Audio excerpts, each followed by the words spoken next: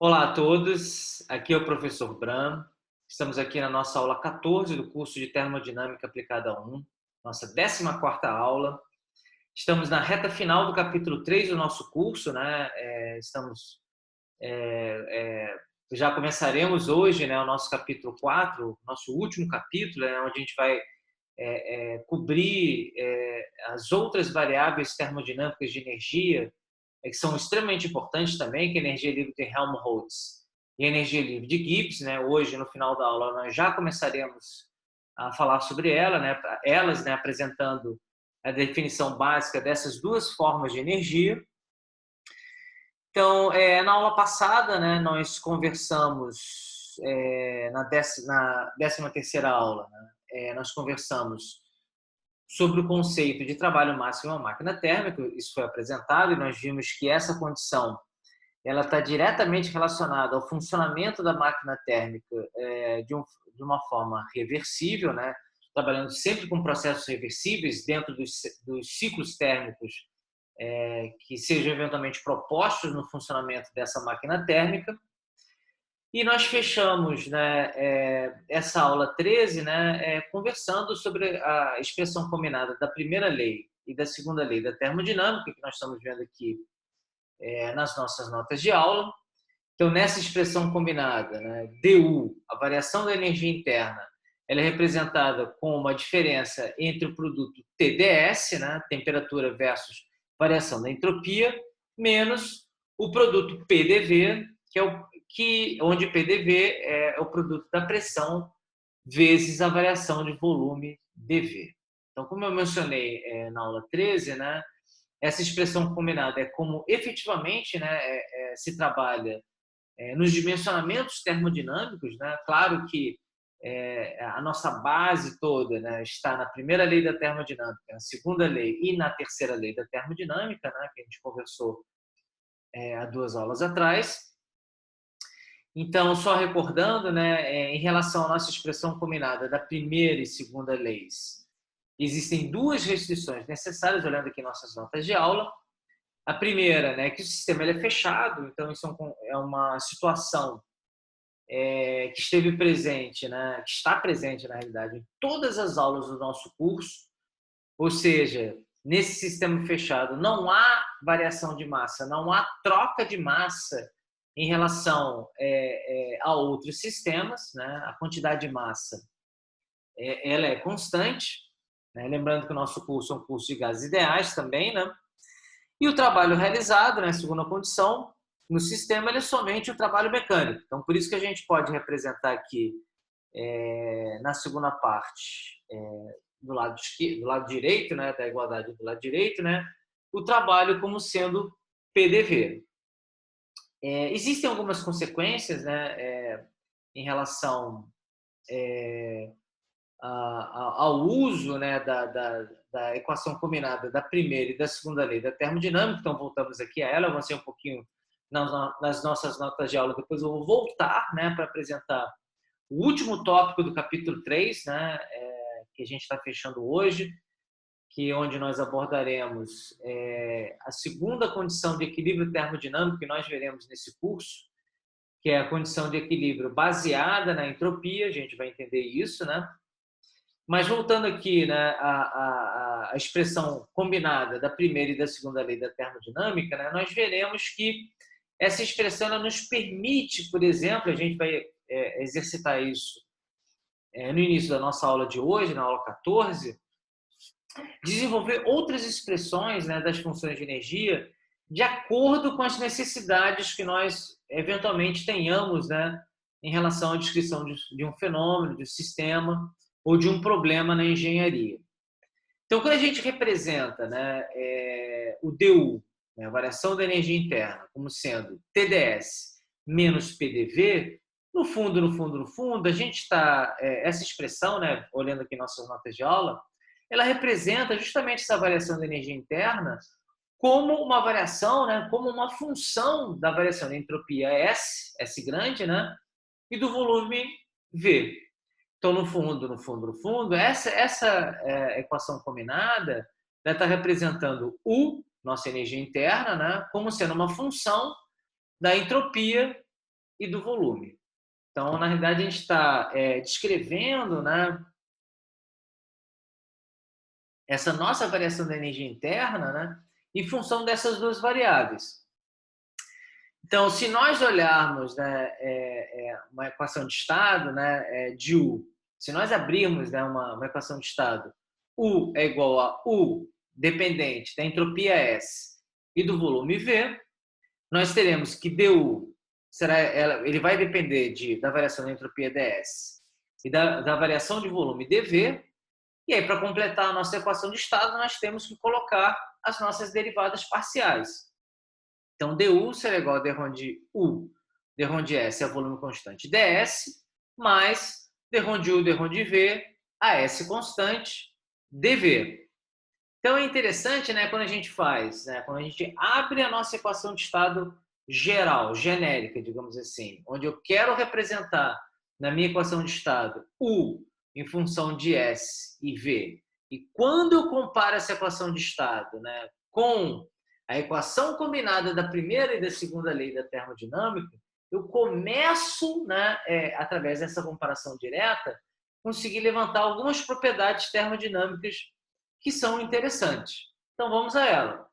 Então, comparando-se, essa nossa equação que a gente acabou de abrir, né, que é a nossa equação de estado, né, de U em função de S e V, com a expressão combinada da primeira e da segunda lei da termodinâmica, né, então a gente vê que d rho de U, d rho de S, a V constante, né, ele será igual, né, essa derivada parcial está nessa posição aqui, né, então justamente ela é igual à temperatura, é igual a T. Então, d rho de U, d rho de S, a V constante é igual a T. E d rho de U, d rho de V, a S constante, a entropia constante, ela será igual a menos a pressão.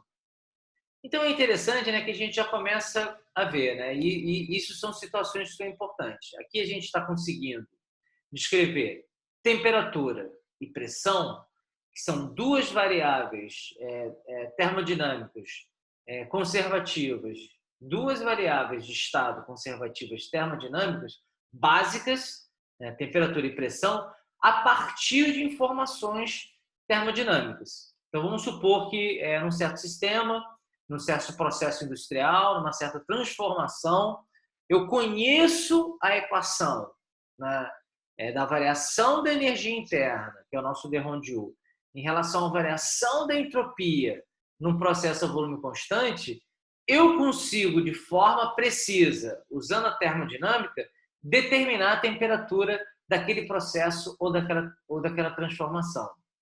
Idem, se eu, por algum motivo, por alguma informação termodinâmica, seja ela teórica, seja ela experimental, eu conheço a variação da energia interna, meu d rho de U, em relação à variação do meu volume, d rho de V, numa situação de entropia constante, eu consigo, de forma muito precisa, determinar a pressão desse meu sistema quando eu tenho uma certa transformação ou um certo processo. Então, isso é interessante, né, que a gente está começando, né, já que no nosso curso de Termodinâmica Aplicada 1, né, a fazer uma manipulação matemática, né, a partir da expressão combinada da primeira e da segunda lei da termodinâmica, né, e comparando isso com a equação de estado, que nós vimos na nossa primeira aula do nosso curso, né, a gente já falou desse conceito, que é um conceito importantíssimo, né, a gente consegue, né, a descrever, né, condições básicas do nosso sistema, temperatura e pressão, a partir de informações termodinâmicas que, eventualmente, eu tenho, né, do meu sistema a partir de avaliações teóricas ou mesmo de medidas experimentais em relação a esse meu sistema, né, que está sofrendo um processo ou uma certa transformação. Vamos ver uma outra aplicação, né, que pode ser interessante, né, onde, por exemplo, eu posso querer descrever a entropia, né, como uma função da energia interna e do volume. Então, eu vou querer que meu S ele seja uma função da energia interna U e do volume V. E aí, de novo, eu posso, né, abrir minha equação de estado, né, S em função de U e V, Então, eu vou ter que a minha variação é da entropia ds. Ele vai depender da variação da energia interna dU e da variação do volume V. Então, eu tenho que colocar aqui as minhas derivadas parciais. Então, ds será igual a d de S, d de U, a V constante. du mais d de S, d de V, a U constante, dV. Se eu rearrumar, né, voltando à nossa expressão combinada da primeira e da segunda lei da termodinâmica, se eu rearrumar essa minha expressão, colocando ds, né, em evidência, né, que é o que eu faço aqui, né, então eu vou ter que ds será igual a du sobre t mais pdv sobre t. Quando eu comparo a minha expressão combinada da primeira e da segunda leis combinadas com a minha equação de estado, onde eu estou escrevendo a variação da entropia em relação à variação da energia interna e do volume, eu chego à conclusão que d de S, d de U, a V constante, ele é igual a 1 sobre T, então está aqui, e d de S, d de V, o constante, ele simplesmente será igual à razão da pressão sobre temperatura. Então, de novo, né? Se eu tenho um certo sistema, né, onde está acontecendo um certo processo, onde está acontecendo uma certa transformação, e eu tenho informações termodinâmicas, né, sobre a variação da entropia em relação à variação da energia interna numa situação volume constante, eu, de uma forma muito precisa, eu consigo determinar a temperatura. No caso, o inverso da temperatura, 1 sobre T.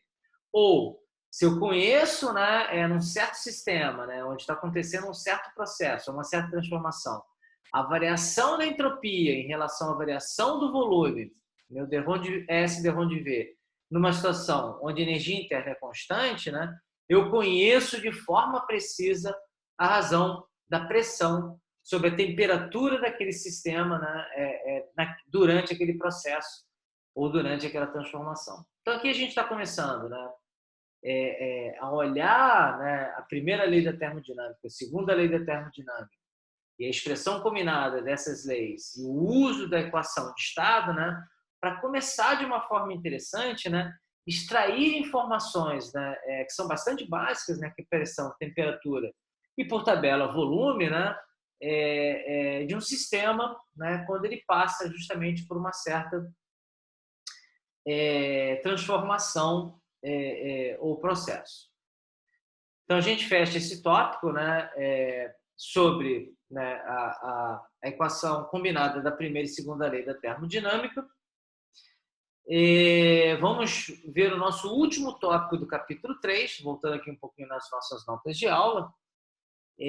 Vamos ver o segundo critério de equilíbrio, olhando aqui nossas notas de aula, né, que é um critério de equilíbrio baseado na entropia. E esse critério ele é muito simples e ele está muito associado ao conceito, digamos assim, original, né, que nós já discutimos aqui no início do capítulo 3, que nós temos no nosso dia a dia, né, sobre entropia, que é o conceito que vem basicamente da física, né?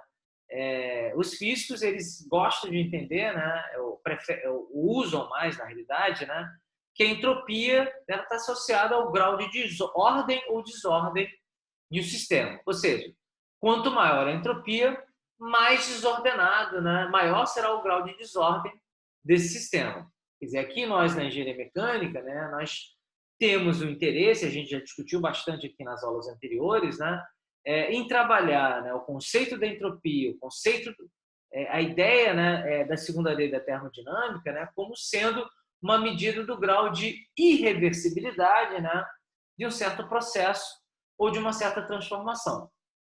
Então, olhando, né, esse conceito da entropia,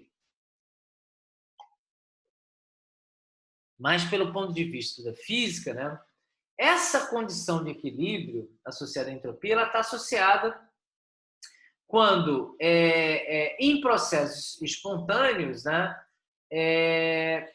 esse valor da entropia ele será máximo. Então, olhando aqui, né, essa frase aqui, né, considerando um sistema isolado que possui uma certa energia interna constante, um volume V constante também, a condição de equilíbrio ela é atingida quando o valor da entropia S ele é máximo. Então, a natureza, né, olhando esse critério de equilíbrio que é bastante importante, né, a natureza naturalmente, né, de uma forma espontânea, ela sempre irá para a condição de entropia máxima. E essa condição de entropia máxima é a condição de equilíbrio termodinâmico. Então, se nós pegarmos um sistema hipotético, onde a gente tem dois reagentes iniciais, A e B, e dois produtos finais, C e D, né, e nós fizermos uma equação A mais B, né, que são os reagentes iniciais, resultando, né, em C mais D, que são os produtos finais, a pergunta sempre é, né, quando é que essa reação de transformação de A mais B em C mais D, ela para quando essa condição de equilíbrio termodinâmico é atingida. Então, na realidade, essa condição de equilíbrio termodinâmico ela pode ser olhada graficamente, né? Então, nós temos, né, um gráfico aqui, né, da variação da entropia em relação à concentração ou à composição, né, dessa mistura A mais B e C mais D. Então, a gente entende que do lado esquerdo aqui do nosso gráfico, a gente tem 100%, né, A mais B, né, que são os reagentes, e do lado direito, né, onde eu tenho C mais D, eu tenho 100%, né, dos produtos resultantes, né, da reação química, né? E, na realidade, esse processo de transformação, né, de A mais B para C mais D, ele vai atingir essa condição de equilíbrio no máximo dessa curva de entropia. E isso acontece, né, em todos os processos industriais onde você tem uma condição, né, de uma reação natural, né, não forçada, né, onde você deixa, né, que essa reação ela vá para essa condição de equilíbrio por entropia máxima. Então, o que a gente está vendo aqui, né, então essa é uma curva típica, né, de uma evolução da entropia numa situação, né, de reação química, ela atinge um certo máximo. Então, nessa condição de equilíbrio, a gente atinge essa composição que a gente chama de composição de equilíbrio associada ao critério de entropia máxima. Então, nessa composição, a gente justamente terá, né, essa razão, né, dos produtos formados, C mais D, em relação aos reagentes A mais B que ainda estão presentes no sistema e que não são mais transformados, né, devido a essa condição de entropia máxima. Então, olhando aqui nossas notas de aula, né, então a reação química conduzida de forma espontânea, e aí, de novo, né, a gente está usando o termo espontâneo como um sinônimo de irreversível. Mas pode ser também uma reação reversível. Ele estabelece um ponto de equilíbrio termodinâmico onde a entropia ela é máxima. Então, esse ponto também determina a razão da composição entre os reagentes iniciais, AB, né, que sobraram, né, dessa reação, e os produtos finais, né, que efetivamente sofreram essa transformação, C mais D. Então, essa é uma das condições, né, termodinâmicas mais presentes, né, no nosso dia a dia, né, não só na natureza, mas também nos processos industriais. Então, de uma forma geral, né, para quem trabalha na química, para quem trabalha na engenharia química, para quem, como eu, né, que sou engenheiro metalúrgico, trabalha, né, em modelamento, né, de processos metalúrgicos, se a gente eventualmente deseja, né, que eu tenha 100% a formação de C mais D, né, que isso seria interessante, né, você colocou lá os reagentes, botou as condições de transformação dos reagentes, e no final das contas você tem 100% dos seus produtos, né, você não precisaria, de novo, separar o reagente, né, para reaproveitá-lo numa nova corrida, né, para a formação desses produtos.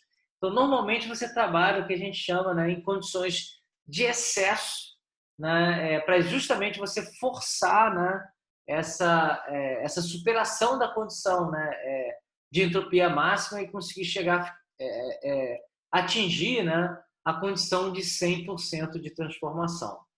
Na termodinâmica, né, como eu comentei, né, aqui a gente está olhando, né, esse critério, né, de equilíbrio termodinâmico quando você trabalha de forma espontânea, mas industrialmente, né, você pode trabalhar em situações onde você tem um excesso, né, de reagente justamente para chegar na tua condição, né, de engenharia ou industrial que você deseja. Então, com esse conteúdo aqui, a gente encerra o nosso capítulo 3 do nosso curso. Lembrando que a gente está aqui na nossa reta final, né? Vamos abrir aqui agora o nosso capítulo 4, né? Que é o nosso último capítulo. Então, no final da aula de hoje, né? Que a gente está começando aqui, essa reta final da aula de hoje, nós começaremos o capítulo 4, né? Onde justamente nós vou fazer a apresentação das funções termodinâmicas de energia que ainda estão faltando, né? Que é energia livre de Helmholtz e energia livre de Gibbs, né? Nós já vimos a energia interna e a entalpia. A gente vai, no início da aula que vem, recordar o conceito de entalpia que nós vimos lá no início do capítulo 2, né? Na primeira lei da termodinâmica, como uma consequência da aplicação da primeira lei da termodinâmica para processos a pressão constante. Então, na aula de hoje, a gente só vai definir o que é energia livre de Helmholtz e o que é energia livre de Gibbs. E já na aula 15, nós aprofundaremos o conhecimento da energia livre de Helmholtz, vendo uma aplicação interessante, né? E nessa aplicação nós veremos a terceira condição de equilíbrio termodinâmico do nosso curso, que é uma condição de equilíbrio justamente associada à energia livre de Helmholtz, que tem uma aplicação prática na engenharia bem interessante, bem importante. E na nossa última aula do curso, que é a nossa aula 16, nós veremos uma aplicação da energia livre de Gibbs, que é muito importante, que eventualmente vocês conhecem, né, no curso, né, de metalurgia física, que é dado aqui na nossa grade da engenharia mecânica da UERJ. Então, essas duas energias, né, elas foram, obviamente, né, criadas pelo Helmholtz e pelo Gibbs, né? Elas são formas de energia termodinâmicas que são muito importantes, né? Os físicos, eles gostam de usar mais a energia livre de Helmholtz, porque nós veremos isso na nossa última aula, no nosso último tópico do nosso curso, né? Que ela é uma energia que, na sua forma diferencial, ela depende da variação. Ela pode ser descrita, né, pela variação na temperatura e pela variação do volume. Então, nos sistemas, né, que os físicos eles estão mais interessados, né, eles efetivamente trabalham, né, em situações onde você tem variação de volume e de temperatura. E nós veremos que a energia livre de Gibbs, para a engenharia, ela é mais interessante do que a energia livre de Helmholtz, porque, de uma forma geral, a gente vai estar interessado, né, nas situações mais comuns da engenharia, né, em trabalhar no modelamento, né, na descrição de processos, né, onde ocorre a variação de temperatura e onde ocorre a variação de pressão. Então, assim, começando, né, essa discussão, que é uma discussão importante, né, que começou na aula de hoje, né? Ela foi consolidada na aula de hoje, né? Quer dizer, quando a gente apresenta, né, a expressão combinada da primeira e da segunda lei da termodinâmica, onde a gente, olhando aqui nossas notas de aula, a gente expressa essa variação da energia interna, né, em função da variação da entropia e da variação do volume.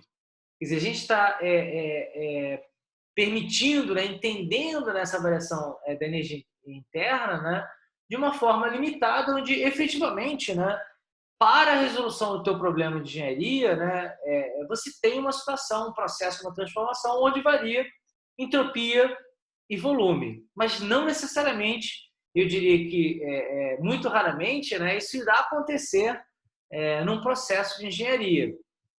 Então, ainda mais porque, né, determinação, como a gente está vendo aqui, né, determinação à medida da entropia em processos reais, ela é muito difícil. Então, na realidade, né, o nosso ponto de partida é buscar variáveis termodinâmicas de energia, né, que dependam de grandezas que estejam mais próximas do nosso dia a dia de engenharia. Que grandezas são essas? Volume, temperatura e pressão. Né? São essas as grandezas, né, que a gente lida no nosso dia a dia. Não é variação de entropia. Eu não estou lá, né, no meu forno siderúrgico, no meu alto forno da CSN lá em Volta Redonda, né, que tem uma altura de 10, equivalente a um prédio de 10 andares, lá tentando, de uma certa forma, medir experimentalmente a variação de entropia. Não. Lá, basicamente, a gente está preocupado em avaliar temperatura, pressão dos gases, variação de volume, né, dos reagentes ao longo, né, do perfil desse alto forno. Então, essas são as variáveis experimentais, né, que eventualmente são controladas, né, durante um processo industrial, um processo de engenharia real. Então, continuando aqui nossas notas de aula. Então, de uma forma geral, é interessante avaliar essas grandezas termodinâmicas de energia, né, onde essas variáveis elas dependam da variação de volume e da temperatura, e a gente vai ver que isso está associado à energia livre de Helmholtz, ou da pressão e da temperatura, e nós veremos que isso está associado à grandeza, né, da energia livre de Gibbs de um sistema. Então, essas grandezas termodinâmicas são, respectivamente, a energia livre de Helmholtz, que é representada pela letra A maiúscula. Os físicos gostam de representar a energia livre de Helmholtz como F maiúsculo, mas nós estamos na engenharia, obviamente, iremos usar a representação de A maiúsculo. E a energia livre de Gibbs, que é representada pela letra G maiúsculo. Então, por definição, a energia livre de Helmholtz ela é igual à diferença entre a energia interna U menos o produto da temperatura vezes a entropia. Então, A é igual a U menos TS. E a energia livre de Gibbs ela é igual ao somatório, a diferença, né, de U mais o produto pressão vezes volume, PV, menos TS. E a gente viu, né, e vamos recordar isso no início da próxima aula, né, da nossa aula 15, né, U mais PV é igual a entalpia. Né? Então, no fundo, a energia de Gibbs ela é igual a H menos TS. Então, nós encerramos aqui a nossa aula 14 de hoje. Né? Estamos aqui na reta final do nosso curso de Termodinâmica Aplicada 1.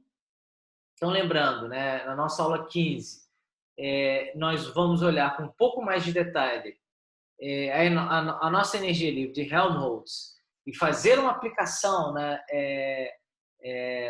do conceito, né, de energia, buscando uma condição de equilíbrio termodinâmico baseado na energia livre de Helmholtz. Então, nós veremos a nossa terceira condição de equilíbrio termodinâmico aqui no nosso curso de Termodinâmica Aplicada 1.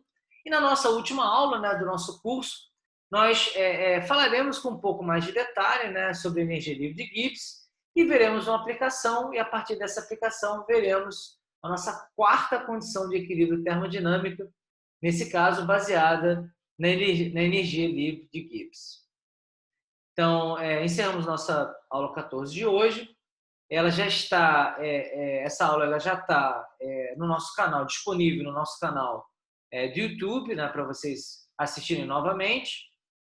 Então, nos veremos em breve, né, na nossa aula 15. Desejo aqui para vocês um bom resto de dia e nos veremos lá na nossa aula 15 de Termodinâmica Aplicada 1. Até lá!